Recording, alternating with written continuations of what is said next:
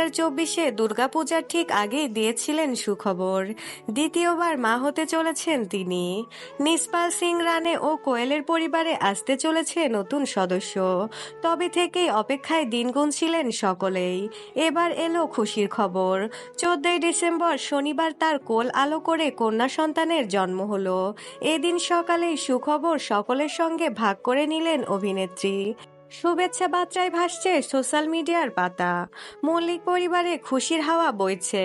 চলতি বছর 100 বছরে পড়েছে তাদের বাড়ির দুর্গাপূজা।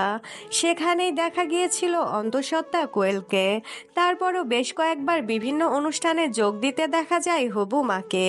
পুত্র সন্তানের জন্মের বেশ কয়েক বছর পর আবারও মা হওয়ার সিদ্ধান্ত নেন অভিনেত্রী।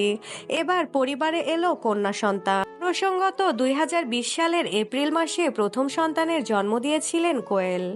এই জুটির কোলে এসেছিল পুত্র সন্তান কবির।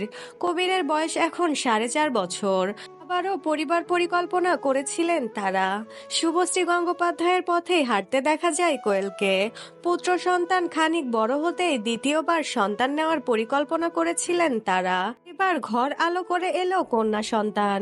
যদিও সন্তানের মুখ দেখাননি অভিনেত্রী।